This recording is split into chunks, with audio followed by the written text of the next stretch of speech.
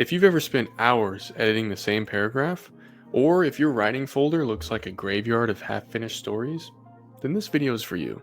Today we're breaking down exactly how to stop chasing the illusion of perfect writing, and instead to start producing your stories more consistently. And here's the thing, I'm not coming at this from theory. I am a busy person. I have a full-time job, I'm married, I have a social life, I do a lot of things. Yet I've still written 3 full stories, 3 full novels in 3 years. So by the end of this video, you're not only going to understand how perfectionism can really crush that story, but you're going to have strategies to actually break away from that and start producing more words more consistently. So let's get into it.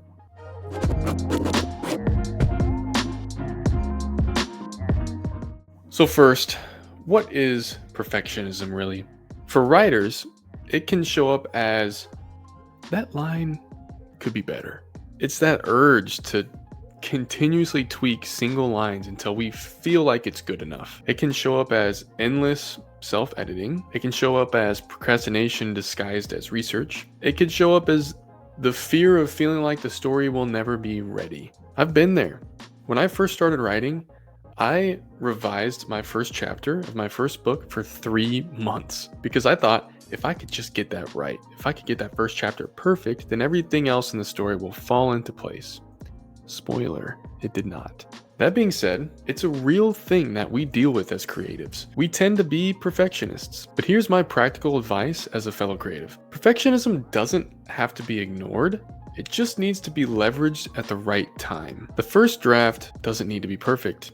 It's not meant to be. The point of the first draft is getting the story out of your head onto the page. And I promise you, no matter how good you think those chapters are in your first draft, you will be tweaking them and changing them on subsequent revisions. I promise. That might sound like an obvious thing, but I feel like a lot of us don't actually understand that until we finish our first book and then realize how long the revision process takes and how much you actually change. Now, when you have a finished book, after your first draft, that's when it's time to get really specific and embrace more of that perfectionistic side of you. I think there's a lot of freedom in knowing I don't have to be perfect right now. I can lean more into that later. It's almost like you're just pushing it off just to get your story onto the page and finish it. And then you can embrace that and spend as much time as you want revising. Okay, but now that you understand why you should avoid perfectionism, at least on the first draft, I'm going to talk about ways to actually implement that. There's 2 main strategies that I use. Number 1 is timed writing sessions. Number 2 is free writing. For the time sessions, I will set a timer and my goal is to just write nonstop for that time. I don't make them super long. I'm thinking like 20 minutes. I will get set up, get into the zone. I got my timer and I push start and I am typing 20 minutes straight. That is going to force you to stop overthinking the sentence that you just wrote because you need to keep writing for that 20 minutes. It helps silence that inner critic and lets it just flow. Now, free writing, this can be nice. This can break you through some of that perfectionism. What that is just writing with no goal or no real purpose. It doesn't have to be the story that you're currently working on either. If you just spill your thoughts onto a page, that can really help that creative part of your brain turn on and dampen that perfectionistic side. Because if you know there's no purpose, you know this session isn't going to apply to the book you're writing, who cares what it sounds like? But you can practice some things while you're doing that.